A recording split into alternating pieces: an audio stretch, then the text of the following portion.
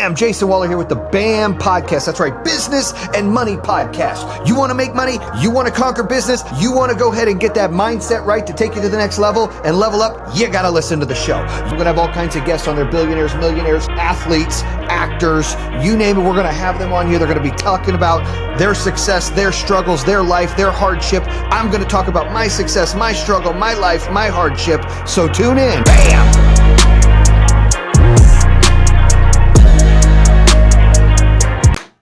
Bam! Jayson Waller here with the BAM Podcast. That's business, attitude, and money. That's right, a top 5 entrepreneur and motivational podcast. So thank you to the listeners out there, the subscribers out there. Thank you for all the followers. Make sure if you're watching this on YouTube, you give it a like, and make sure you subscribe, leave a great comment at the bottom. We're definitely trying to blow up the YouTube channel, but I've got a badass guest today. This guy, I was on his show recently. It was a blast. I felt like this guy was a brother from another mother. He has got a great fucking story you guys are going to love. It's dope. He is self-made. He is grinding. He's a badass. He's also in the coaching platform. He's got a lot of cool things going on. I don't want to steal his thunder, but my man, Will Grimes, how you doing, baby? My man, I appreciate you've had some large people on, so like I feel like every once in a while, even legit guys fuck up and make mistakes, and I feel like I'm your mistake. You said yes to this. Oh, come on, no way, dude. Until you had me live. That way, Oh shit, no, dude. I like people that are real, and motherfucker, you're real, and I like that. I don't give a fuck how big or small or popular or rich. And look, you're doing some good shit. I was just asking your advice before we got on here about certain things in coaching, about certain things on YouTube. You know, people learn from everybody. When people put their ego in front of things and think they know it all, those are the people that aren't going to have long-term success. They're going to have short-term success. When you put your ego to the side and understand that everybody you come encounter with, you can learn something from, that's when people start to elevate together. And so picking your brain on some things has been really badass. And I was telling my wife about your guys' living in Denver YouTube channel, which I'll let you talk about a little bit more, but she was looking for one for Phoenix because we looked at moving to Phoenix. Right? That was a conversation we've had recently. Are we going to move to Phoenix or are we going to move to Dallas because we're talking about leaving Charlotte? And I'm like, dude, my dude Will's got this whole fucking show about this shit on YouTube and says other people are doing it. So I don't want to steal your thunder. I've got listeners, chomping at the bit right now. Like, who's this guy? What is he going to talk about? I want you to tell your story of how you got to where you're at. And I'm just going to fucking jump in and ask questions as we go that listeners are going to want to know. 100%. So, man, growing up, I'm a mama's boy at heart. My mom was a 3-time Olympian in fencing. And, man, I really feel like... gangster right there, right? She's fucking stabbing people? She's legit, man. Dad played tennis, played music for Columbia Records. I was the youngest. I was the only boy. And I was the only athlete, accredited athlete. I played about 5 minutes of pro baseball. So growing up, man, like she taught me standards. She taught me energy. She taught me if you're going to do something, like, really how to be intentional and how to do it and just how to set a standard for yourself. And that's where a lot of my belief came from. It was secondary to before I even knew whether I should believe in myself or not. When you're growing up and you're a kid, I don't even know if you know what that means yet, but I was learning a work ethic, and through a certain level of work ethic created some success.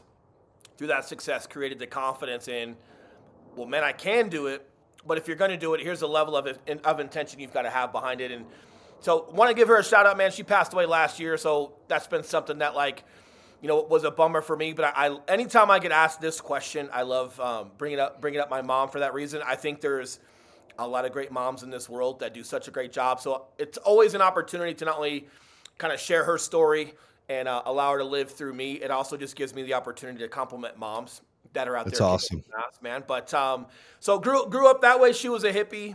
My dad was a Marine Corps Vietnam vet. So that's an interesting dynamic, right, as far as the household. But grew up, man. We were broke as shit, but my parents loved us for the most part. I'm sure they hated us at times. Sometimes it felt like it. But, man, went to school, grew up through high school. Played a little bit of pro baseball. I had a buddy. Tell me about. You said you played pro baseball for 5 minutes. Explain that. Yeah, man. It was short lived. It's almost not even worth mentioning, except for you have me go back so far. But long story short, man, I had a buddy pass away in Iraq on his first deployment, and right as I'm entering the professional level of baseball, I decide to make a pivot and I leave. I don't know if I was ready for the business side, that side of baseball. I love playing baseball for sports. Not saying I was. What position did you play? I was outfield and I was a pitcher. I'm left-handed. I threw the ball hard as shit, man. You don't have to try that hard if you're left-handed. The ball does a lot of weird shit on its own, and I wasn't neurotic about it. Like I practiced hard, I played hard, wasn't really neurotic about it. And I remember my senior year of high school, I had a buddy, his older brother was in the Marine Corps, and this is right as like the war is really popping off, right? This is 2003. This is right when George Bush was like, hey, we won. And then like the next day, shit just hit the fan and the war became real. And I remember we'd go on runs together. I was running to stay in shape because that was just part of it. Man, he was running to be a part of this big gun club and a part of something bigger than himself and talking about being a brother to his brother. Like, imagine that dichotomy because he was joining the Marine Corps. His older brother was a Marine. It's like, yeah, he's your brother, but now it's like he's this other type of brother to you. And it was romantic. And that same buddy passed away on his first deployment. And it just changed things mentally for me. And man, I'd never, my mom was a hippie growing up. We're talking real hippie, dude. We're talking like in 5th grade, we watched The Lion King for indoor recess. And my mom came in and talked to the teacher because she's like, hey, that movie has premeditated murder in it. Not allowed, not okay. Yeah, dude, like right when girls are starting to like you, my mom is stepping in there saying that shit to my teacher. So, like I never shot a rifle till boot camp. I didn't know how to swim. I almost drowned as a kid. Like, not even a romantic story, dude. My big sister threw me in the pool as a kid. It freaked me out. She had to save my ass. I'm from Colorado. We don't have a lot of pools here. I played baseball growing up. So during the summer, I wasn't going and swimming with my buddies. I was on the ball field. So I had every reason to not even try to learn how to swim. Never shot a rifle till boot camp, but I was burnt out on baseball. I wanted to try something that I could honestly say was hard. Not for anyone else, but for me. And I wanted to be a part of something bigger than myself. Like, I think I just had a calling for more. I didn't know how to label it. I didn't know what to label it. My buddy passing away pissed me off.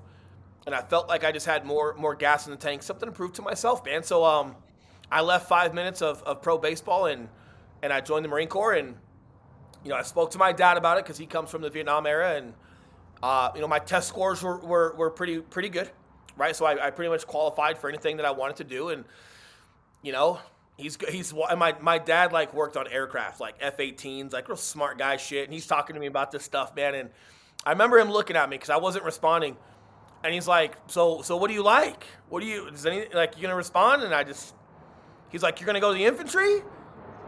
And I was like, yeah. And he's like, man, like, and my biggest reason for wanting to do that was if I'm going to go to the Marine Corps, like I want to be a Marine, no disrespect to any other MOS. But from what I was looking at when it came from being outside the Marine Corps, that was the Marines' Marine, was infantry, was special operations. And, man, I was super fearful. So I leave, I get out of baseball shape, and I get a little bit into more like military shape with some of the training. I leave, for boot camp, and, man, I remember this is a huge paradigm shift for me that I've used in business since this day. We were on the rifle range. I'd never even held a rifle, man, until boot camp, more or less shot one. And I remember all these good old boys from the farm and that grew up hunting with their dad. And I'm like, shit, it's real now, like my dad was an accredited shooter. My grandfather was a World War II Silver Star, Bronze Star, distinguished shooter, like real pedigree, man. I got an opportunity to really fuck this up, right, with the family. And I'm sitting there a little nervous, and one of my drill instructors comes up to me and he's like, Grimes, what's the matter with you? And when you're on the rifle range, you got live rounds. So in boot camp, this is like one of the few times they'll actually talk to you like a human because they don't want you shooting somebody, right? So they kind of chill a little bit and humanize themselves a little bit. And I said, sir, like he didn't have me speak in third person, all the weird shit you do during boot camp.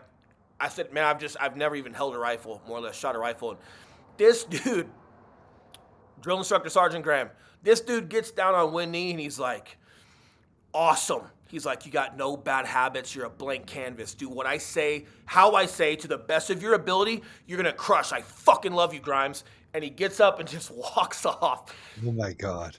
And I'm just like, oh, dude, it makes me want to cry to this day, right? I just was like, fuck. Yeah, I don't even know how to have a bad habit. I don't know, like, you're right. And, man, this is that moment right there, man, like, that's when I got neurotic. This is when I really wanted to get obsessive and really go, fuck. No bad habits. Like if I really just push myself, like I know hard work. I know discipline. I know hard work from my mom, from playing sports at a certain level. Man, if I could take that and just embrace the fact that I'm new at something, where would that take me? And I had some talent for shooting. Man, I was high shooter out of boot camp. I was high shooter on any range that I ever went to. And at the end of my career, I had the opportunity to be the lead counter sniper instructor for division schools in the Marine Corps. And I did part of my time as a fast Marine, which was attached to special operations. Did some really cool shit, man. But the fun part of that I really want to emphasize, because when people hear special operations or like the infantry stuff and leadership, it's so badass, and it is, man. But it all derived from just being new, facing some insecurities, having confidence in a work ethic, having confidence in just being around the right people and the right coaching, and how that put me in a position to win if I could just apply myself and quiet the noise, quiet the distractions, and just uber focus, not on an end result, not what my Marine Corps career was going to look like, not how badass I was going to be, not if I was going to win awards, just focusing on position, posture, sight alignment, sight picture, right? Compartmentalizing, being in that moment, and allowing a round to go down range and hit black every fucking time. And then just allow that process to create a body of work. And it was so powerful for me, and jumping forward, out of the Marine Corps, did some government contract work. You guys know that as mercenary work, or the other way around. From there, man. Was there any big issues, when you joined in that fucked with you or were life changing for you while you were in there? Which part? When you were in the Marines, because you're talking about while you were in there, while you were deployed, you got deployed as well, right? Correct. Was there any life-changing, altering effects, things that happened that just totally put things in perspective or took things out of perspective for you? It didn't, man. No, and I'm not the guy with a ton of fancy stories. The stories that I do have, I'm not the guy that's fancy at telling them. And that's not because I'm not okay with my career or anything like that. It's more so because everything that created those opportunities derived from the process in the beginning, and now that I'm in civilian world, now that we've got a large real estate company, we've got our multiple 7-figure YouTube business, and we're leading civilians, as romantic as Marine Corps or mercenary stories can be, I don't think they translate to people that haven't gone through them. I don't think they translate. I think they're romantic to hear. I think they're great for fireside. I know they get romanticized nowadays, but I don't think they translate. But when I talk about not knowing how to swim, and I tell those stories, when I talk about the rifle range, never even holding a rifle and telling that, and people get more exposed to my vulnerabilities, people get more exposed to where I was new. I'm going to share some stories on how I started real estate. It was very similar.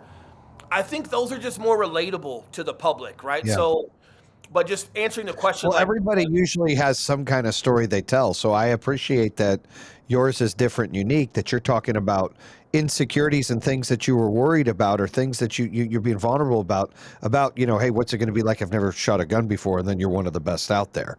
And, you're applying your work ethic and your grit, and your determination to succeed, but it's something new. I think it's important for people to hear, because you're right. Most people, almost all, not all though, but most, have some kind of crazy story. And I just want to make sure that there was nothing missed. Yeah, man. Like, I've done a lot of cowboy shit, but I'm afraid of heights. I've never fucking liked heights.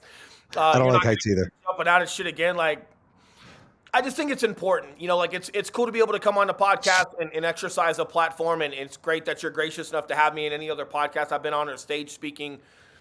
And there's a lot of cool dudes. There's a lot of studs out there talking stud shit. And it almost gives the impression that they've always been a stud, right? So it's almost unrelatable. Well, it's like, well, so-and-so, of course you built a business. You were badass at this. You were badass at this. You were badass at this. You were badass at this. Of course you're badass at that, but that's not me. And it's either, maybe it's true. Maybe that this said person we're hypothetically speaking of has just always been badass. They've never missed. Great, but that's just not relatable, nor can they teach to some things to people that can't. But for me, being transparent, it's just not my story, man. Like, I was uber afraid. I didn't know how to fucking swim. Like, this rifle, what the fuck is this thing? Like, that whether it's the right way to go about it or not, it's got to be right, because it's my story. And I think if I were to change the narrative, and I'm sure you can speak to this, man, because you've seen people at the top. One thing I'm noticing as people grow, and as people make it per se, or they get to the top per se, they start changing the goalpost, or they start changing the narrative on what got them there. And I don't like that. I like just speaking my truth, regardless of where I get, regardless of what level I get, like where I started in the Marine Corps, the stuff we're going to talk about in business here in a minute. I think it's important to just always speak your truth on the reality of what created it for you, and just speaking to here's what worked for me, versus me making it and now I just want to come off like a badass. It wouldn't be true, or maybe Right. I am. Maybe I've got some badass in me, but it wouldn't be true without everything else. No, and I can appreciate that. And listen, I can relate in some aspect of, I had an old show called the True Underdog Podcast. And so, that closed with my company. And so now I have the BAM podcast, business, attitude, and money. And, it's the same kind of show, but it's different name and, similar guests and some returning guests from the True Underdog. But not every time, most of the time, I was just on a show this morning. They're always like, tell me about living in a trailer park and having a kid in high school. And it's like, motherfucker, that's not even the good stuff that's going to teach anyone. Who gives a fuck? I was in a trailer park. Who gives nobody fucking cares. I'm so past that. Why don't you ask me how I lost $1 billion business and it cost me $400 million fucking dollars? That's a better question, right? So I can a little bit relate to what you're saying of like, look, it's so cliche of, yeah, here's my badass story, did this. And so I appreciate, and it's good that you're out here sharing, like, look, these are the fucking things that gave me the tools to where I'm successful now, of me being new at something, and I don't have this badass fucking story. You don't need to be a badass to be successful. You don't need to be a badass to teach people stuff. You don't, man. And So, like, I was answering a question the other day, and this guy asked me a question on Instagram, and he's like, when I asked a question, I said, hey, what are you guys struggling with? And a gentleman responded, and he's like, just trusting that that real estate's gonna work out if I'm doing everything you tell me, and if I'm doing this, and if I'm doing that. And man, it was a great question. And the answer was, hey man, real estate might not work out for you, even if you do everything I'm talking about. And it was a great question because it sparked everything I thought about, from the Marine Corps to mercenary work to police work to helping my buddy grow a fitness company. All these things happened before I even got into real estate. And it was like, man, you don't know if it's going to work out. But what I've always had faith in is that I'm going to work out. Right? Does that make sense? Right. Like, hey, man, whether like, when I got into real estate, right? Like, whether that was going to work out or not, I knew it was either going to work out or I was going to meet someone or something in the industry by applying effort, that if this said thing doesn't work out, I'm going to meet someone or something that will take me in a direction that will work out. But everyone, I think they've got an opposite sometimes. They're so focused on, is being in the military going to work out? Is being a cop going to work out? Is being in fitness going to work out? Is being in real estate going to work out? Is being in the flooring or solar business going to work out? And it's like, hey man, that's not the conversation. The conversation is, if we're committed, if we're consistent, if we're learning, if we're growing, if we're stomaching the fear and overcoming it, you're going to fucking work out. You're going to work out. Right. Stop making it, I've got to be the floor guy. And like, I've had this conversation with buddies, like when I mentioned being in the cop, like when I got out of the mercenary world, I came home to Colorado, and I was a cop here in Colorado. And I did that for 5 years. And man, I was running and gunning for a long time at that time, between the Marine Corps to government work to police work. And I had a buddy building a brick and mortar fitness company called Fit Republic. And him and I used to talk fitness all the time, and he loved how fitness was more mental for me. It wasn't so much about my abs. I don't even know if I've ever found my abs, by the way. But it me wasn't neither. about Mine those. have been hiding fucking forever, bro. Yeah, it wasn't about those. It was about mentally what fitness served for me, right? And he gave me an opportunity to be a part of his company, and I left the police world. And a lot of guys could not wrap their fucking head around. Like when I was there, I was a Medal of Honor recipient from our fire department for a fire call that I was on. A couple of other life-saving awards, Distinguished Shooter Award. Like, I was good, man. I was good. I was slotted. I had a great career ahead of me for with what I set out to with the first 5 years, and they couldn't wrap their head around bouncing. I couldn't wrap my head around staying, man. Like, I saw my future. I saw what the higher ranks had to do. I saw the political side to it, and I wanted to change. But man, it's something that I've been talking about for the past couple of minutes. Like, I knew I'd work out. Like, what's the worst that could happen, man? Like, this fitness thing with my buddy doesn't work out and I go back and be a cop. Okay. Yeah, I can be you a got to cop. bet on you. You wanted to bet on you. You felt caged being in the system. And some people get fire in their belly and they don't want to be in the system anymore. No matter what that system is, you liked it while it was there, but it's like, this isn't for me. I see that. I Yeah. need to create my own fucking map. Whatever it is. It could be 8 different things. You needed to fulfill a destiny, not have somebody else give you a map. And look where I'm at now. I'm no longer with that Yeah. fitness company. No bad blood. He's a great guy. I was number 2 in that company. We built 14 franchises in 2.5 years. We crushed, man. We did great. And that was the shining light that let me know, man, maybe I've got some entrepreneur in me, right? Like maybe there's something bigger. So transitioning out of that, I had some buddies in real estate. They thought that I would do great at it. My significant other thought I would do great at it. And I was like, yeah, man, like, let's do it. Now, here's the reality of the business side that you're going to laugh at me for. I made decent money, was not good with money. I was making like 95 grand, right? 8 years, whatever that was, decent money. Spending all of it, like, wasn't good with money. So when I left this fitness company, man, I was still single, no kids, had an apartment, and I had maybe 10 grand in my name, maybe. And it was gone in less than a month and a half. 2 stupid cars. And I had to go to California for someone's bullshit wedding. Did that. That cost money. And I get home from that thing and I'm like, I'm broke. Like, I got nothing coming in. But I had been new before, right? Yeah. So I called my buddy's mom. She was a retired cop from the same place I was a cop at. And I was on a Little League World Series with this kid, right? Like, love this dude. And it was a Little League World Series here in Colorado, not the large one. And I call her up, let her know where I'm at, and she's like, well, I got a small house, but you can come sleep in the basement. There's a pantry. She had an old Y2K pantry in the basement, dude, with like Fig Newtons and distilled water. So I got rid of my cars, sold them. Hold on. Do you like Fig Newtons? Because I love Fig Newtons. They're amazing. And dude, I'm a They are stress amazing. eater. Don't sleep in a fucking pantry when you're I'm a fucking stress eater too, bro. Yeah, I'm man. a fucking stress eater Yeah. too, bro. Go ahead. I mean, So I get anxious I'm and brand happens new. at I'm night. starting over. I'm stressed, and I'm a stress eater, and I'm sleeping in a pantry. And She's like, where the fuck are my figs? You're like, my bad. we were probably 30 years old from Y2K. She didn't ask me shit. So she's like, hey, you can crash. So this is where I start over, man. Like my significant other, she's living with her mom and her daughter at her parents' house. And I humble myself. So many people want to like move forward, right? Or make more money. You humbled yourself. That's so important that people need to understand that.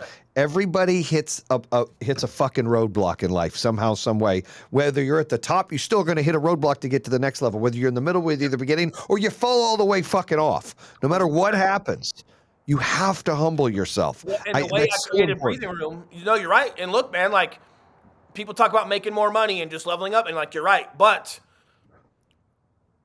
sometimes it's more about just creating some space to breathe, right? So, dude, I got rid of 2 vehicles. I made 0 money on these vehicles. And I got rid of my apartment that I couldn't afford. All the way down to like, hey man, I'm gonna go sleep in this pantry because it's free. And that's what I need right now. And I had no idea how upside down I was on my truck. I kept that for a little bit for the first couple weeks of sleeping in this pantry. I go to study and get my license. I start getting licensed. And my mom, she's like, you're going to need a car. Like, you got to drive to be a realtor. And I go to trade in the last vehicle that I had, and I was upside down on it. So we couldn't get like a cheap Chevy. We had to get a Cadillac because it would hold 120% loan to value, right? Right. So I had just gotten my real estate license. We had just moved out of this pantry. My girlfriend at the time, she's like, hey, I can afford a little townhome. Like, you got to get out of that pantry. I want to get out of my parents' house. I want to provide for my daughter.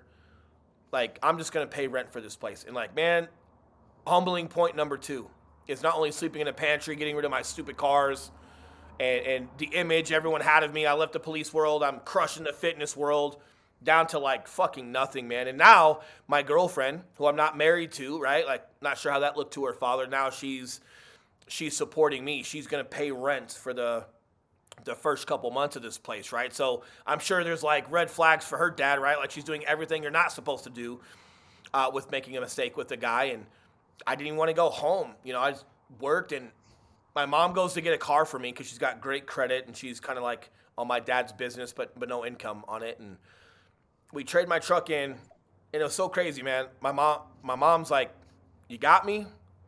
I'm like, "Mom, I'll suck dick on the corner before I don't pay for this car." Be slinging some dick, My man. God. I tell people all the time, if I ever get that desperate, I'm gonna be slinging dick on the corner. But I like, mean, I this don't is know how why, much I'll fucking make, but I'll be slinging some dick on the corner. Go but ahead. dude, this Sorry. is why like I'm so appreciative of moms, because my mom was like, "All right." Not only was I upside down on the truck we had to trade in to get the car, they gave me a $2,000 cash credit to put $2,000 in the bank just to have for gas money. Like, golly, man. And so I'm leaving the That's dealership. cool. You get a car in cash. How fucking slick is that? Here's a car and some cash. Yeah, and I put that cash just into the bank just for gas money to drive around and do real estate, right? And get to my brokerage. And so I'm driving back to the brokerage after I get this car with my mom, and the guy who was the general manager / owner of this car dealership, he's cool enough to just drive my mom home because I'm going straight to work. And I get a call, and I get a phone call, and one of our buddies in California, Marine Corps combat veteran, great dude, I just got hit on his motorcycle, killed on scene. Somebody was texting and driving a big Lincoln Navigator and killed him on scene. And I wasn't the closest friend to him. I was a good friend of his through some of my best friends, if that makes sense. But it just hit me, dude, at this moment in like life, right? Because I'm like, and it gets worse / better. I'm in this car, right? And like I hang up the phone, like I'm in this car that's not mine. I'm wearing this fucking tie that's not mine. Driving to some job that maybe isn't even me, and like I have this moment of like almost feeling bad for myself, of just like questioning, like, why did I get out of the Self-pity. Marine Corps? Right? Why did I leave the Marine Corps? Why did I leave police work? Like, so many accomplishments, and like now I want to be this business dude, and like, you're a fucking idiot, right? Like, and I knew, man, I'm like, hey, I'm starting to feel bad for myself. Shut up, go to work. So I shut up. I finished some work for a couple hours, and I texted Kate, so Kate kind of knew, which is my significant other. And so I'm driving home. I worked for a couple hours, got some calls out. I'm driving home, and I end up talking to her on the phone, and she's kind of crying. She's upset. And then, now I'm in the opposite. Hey, don't feel bad for me, because I felt bad for even almost feeling bad for my stupid self, right? So now I'm in the mode of like, nope, don't cry for me. Don't feel bad for me. This dude has a family. He's got closer friends, and I get home, and she's still kind of crying. And I'm like, no, like, don't. And she's like, no, we got to talk. And you know what I'm assuming, right? I'm not that good looking. She's fucking gorgeous. I'm broke. She's paying rent. I already know what she's going to say, but go ahead. I'm thinking she's breaking up with me. Right. I say some comment. She doesn't hear me. She's like, what? And I'm like, nothing. And she's like, no. And I'm like, hey, let me just get some water and we'll talk. And I go to the kitchen in our little townhome, and there's an envelope on the counter, and she was pregnant, right? Fuck, dude, like such a That's how you found out she was pregnant? yeah. Yeah. And she's like, Well, how did that make you feel the moment you found out? I was numb.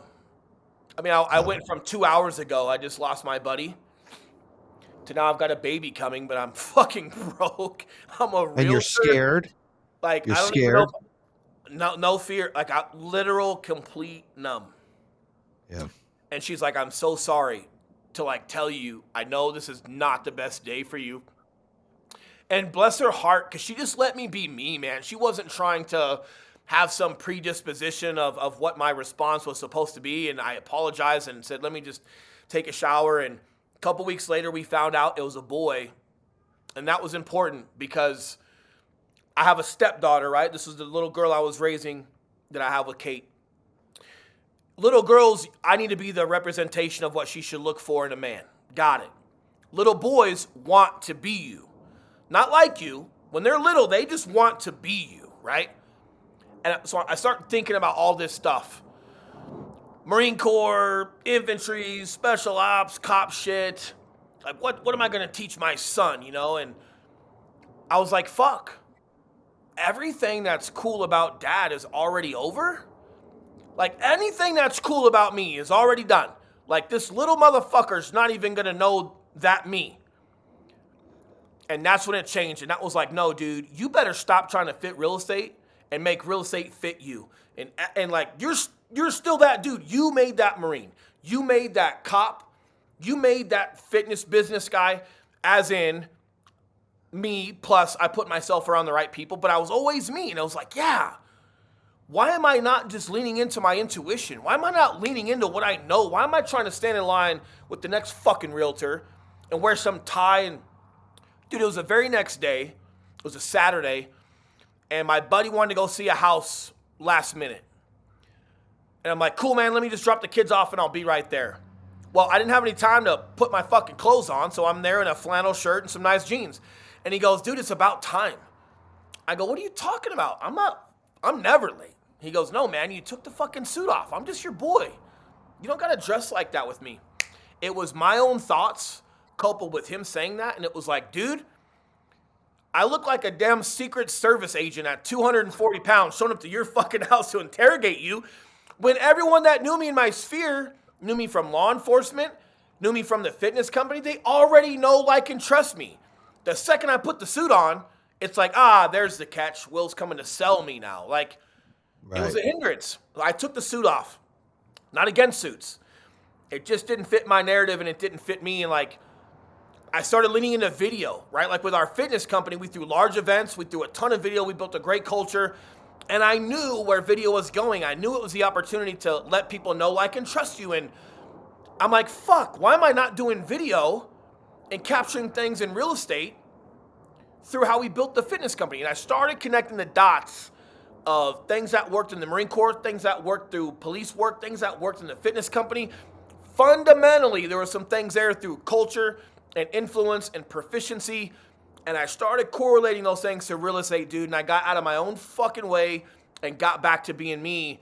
And it was all of these little paradigm shifts between thinking about my son, having my buddy pass away and question why I'm wearing this stupid fucking tie. Like, it was all of these things, and then just kind of taking a step back and seeing it for what it was, man. And long story short, to kind of cap this moment here, I did 34 deals my first year in real estate, in addition to growing a top 1% team in the world for Berkshire Hathaway.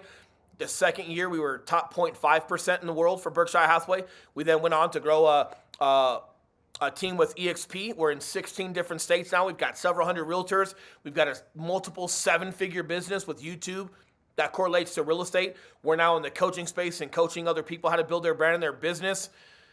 We just took off. But the whole thing started from just heartbreak after heartbreak after, but like really just the paradigm shift of like, man, I got to make real estate fit me.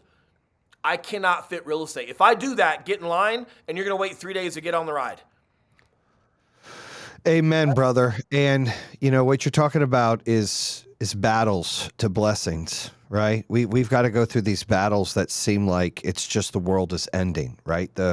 Everything's crashing. There's no hope. The light is dimming. What's next? You start having self-pity, self-doubt, insecure. We still go through that. I go through that sometimes now. Like you just hit shit and you have to wake up and then because you're going through these battles, there's a blessing there. And the blessing could be several different aspects. One is you're getting ready to have a son and it's going to change the whole way that you carry yourself. And two, you just realized, holy fuck, I don't need to fit that. It needs to fit me. I got to be real to me because people are going to buy me. They're not going to buy the fucking suit.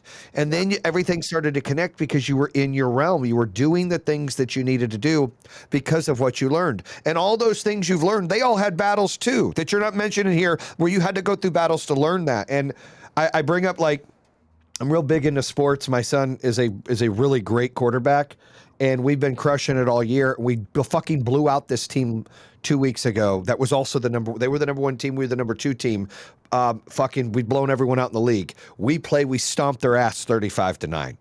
Fucking my son hates that team because he played for that coach. The fucking kid that picked him off on the first pass was the kid that he was competing for at quarterback on the last team and the coach's dad. And then he goes and throws 4 touchdowns and we fucking destroy him, right? We played in the championship game Sunday. We lost. The same fucking team. We played in the playoff. We beat them a week ago. We were the 1 seed. They were the 4 or 2 seed. We ended up meeting in the championship after a couple games on Sunday. and my best receiver in slash corner out. It's 7v7 flag. My second best guy out.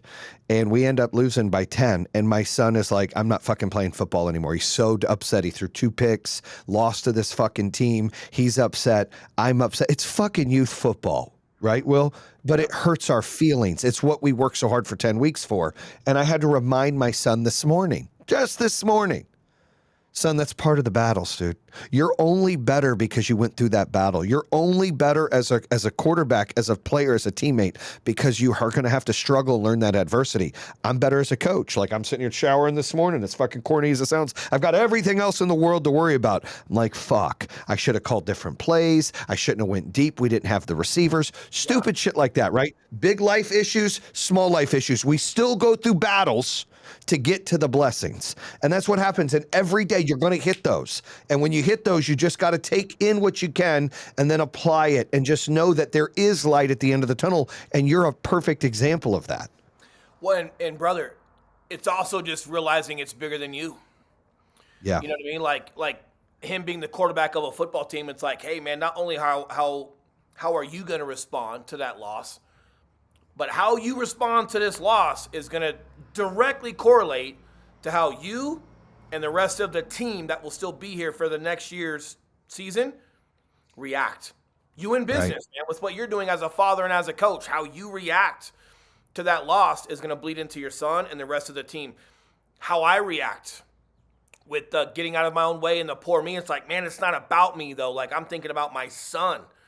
I'm thinking about Kate. I'm thinking about my daughter. I'm thinking about, hey, man, like, there's an opportunity here to really prove everybody right. There's an opportunity to really take care of not only yourself, but people that are in your corner. And this is why culture and family and your circle are so important, because when it's bigger than you, it allows, like, your purpose is bigger than your pain. Make sense? Yeah. If it's not, then we're going to just succumb to pain and quit football, eat fucking Doritos. Real estate, if it's weird, I'm wearing a fucking tie. Dude, I could go back and pick up a weapon and be a part of any police department or go back in the military, no problem. But it wasn't just about me. It's not about going back on the street and fighting crime and I've got kids. Like, it wasn't. So my purpose for what I wanted to accomplish for not only myself but the people in my circle outweighed the pain and discomfort of just going through it. And then the knowledge of being through it before helped. Like, when you're in the Marine Corps, it's not about you, man. You'd almost rather have something happen to you than one of your brothers, right? So, you know, that was such, man, I spoke at this thing with my mom before she passed away. And there were several hundred parents there. And it was for the Marine Corps division recruiting for half of Colorado, something, right? So several recruiting places were there, and I'm just some infantry dude, right? Like, every parent in there, you know, they were already skeptical because their kids chose the Marine Corps. And I was the only guy there from the infantry speaking to it. And the important piece for me to speak to, and I brought my mom with me so she could speak, you know, to the parents there, because my mom went through with me in the Marine Corps during a time of war. You know, like, it was, not only did I go in the Marine Corps, I was going in the infantry during that time, you know, 04 to 12. And the number one thing I spoke to had nothing to do with my MOS, my job per se. And, well, what's, you know, and a lot of parents ask that, what skill set or what job, what trait are you going to have when you get out of the military? Well, go do electronics, because then you'll be able to have an electronic job. If they could understand the culture, people believing in you more than you believe in yourself, having something more important than self, like, if they understood all of those things put together and, like, what that's built me as a human, you'd understand more why I've been able to, like, just navigate several careers and just make sure that I work out. So that culture, man, I bleed into my family. The culture that you're building with your family, the culture that you're building with your business. And it's so cool that your son at a young age gets to learn, hey, bro, rough game. And I get it. We're not quitting because it's not about you.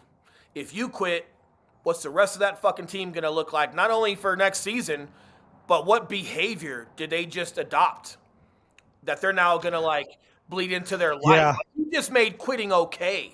I know. And he did it at home in front of the team. He picked them all up and he kissed all the babies. He knows the ways. He's like, hey guys, it's all right. Second's better than nothing. We get in the car and he's like, I'm done. I'm burned out. I'm done. And I'm He's like, not no, done. no. He's like, no, I'm done. I'm like, look, take a break. No, I'm done. You think I'm going to play? I'm done. I'm like, why? Because you lost? He's like, no, I'm just burned out. Like, I want to box. He does boxing shit too. I'm like, listen. So we're going back and forth. I'm like, look, take your month off. We're off a month. We'll talk after then. So then literally the next day, which is today, this happened Sunday. Yeah, So yeah. today, he's like, well, if you talk to the other coach, you need to tell him he can't be down because one of the coaches was really hard on the kids on defense. That also hurts them. When these kids are struggling, it's all about momentum. It's all about, how they feel. The week before we were excited, we were loose, we were dancing, we intercept them 7 times. We're like, what? We're having a great time. We had 0 picks this time, and the defensive coordinator, who I love the guy, was an asshole to the kids. He's out there yelling at them, and I'm like, dude, they're in their own fucking heads when you're doing that. You got to uplift these kids. Like, it's okay to say, hey, well, you made a mistake. You learn. You got to run that route better. That's on you. But hey, let's go. Next play. We had a Someone word pick him before the up. game. Yeah, we had a word before the game, encouragement. That was the word of the game. We want to encourage our teammates so they have courage to execute the next play. And that coach, so I blame me as the head coach, allowing him to do that. Me, not like all these things. So I told him at the end of the game, I think the kids were upset. I said, listen, I know we dominated all year. I know we beat this team last week. And if we play them 10 out of 10 times and we have no injuries, we win 10 out of 10. If we play them 10 out of 10 times with the 2 guys out that got out in the earlier game, we beat them 8 times, but we didn't this time. They're the better team. Let's shake their hands. Let's move on. We get better when we lose. We don't get better when we win. So we get this taste to be hungry next year. But my son waited till he got in the personal by him. I'm done. I'm like, no, you're not. Yes, I am. No, he's Hey, boy, he's you're just pissed. getting started. You just stomached your first real hard loss. We just got to the starting line. You just getting started. Yeah. Good Yeah, for you. he's had a few losses and dealt with them. Not many, though. He wins a lot more than he loses. But this one was his arch nemesis. So to lose to them, I said, but buddy, like we could have had. And I even asked the team where they're giving out the trophies. I'm like, hey, y'all want to play a third game? Because we played last week and we blew you out. Y'all beat us. You want to have a rubber match? They're like, no. They didn't want any more of that because they knew. We played a third game. They knew. So. All right. Well, listen, I want to talk a little bit about your podcast too as we're wrapping up. You've got a pretty sick podcast, dude. Day One $0 podcast. Talk about that. Yeah, so we started that, like as we were starting our business, and it was literal. Like we wanted to share what our literal day $1 was starting in real estate from the pantry on up. And then we wanted to share metaphorically how we still approach every day like it's day $1, right? So just like when you were on, it was talking about your literal day $1, all the stories in between, and it was, and then it conquers, hey, what you're doing now and what you're doing to push forward and how you still approach every day just with the same amount of intensity as when you started. And that's the same approach we have with everything, right? So when it comes to like my online, my one-on-one coaching, if you guys are interested in that, click my link in my Instagram. You guys can find that. When it comes to our online course for YouTube, it's bare bone from day one, how something should start all the way up for making multiple 7 figures off of YouTube. We've got that. And then the podcast, it's the same thing. So even though there's different names for everything, it all still derives and is still congruent with the same approach of proper start as a practitioner and being a professional at your subject matter expertise, but then growing a business around it and then teaching the practitioner how to then scale. Right. I love it. Will, listen, you've been awesome. How can everybody find you?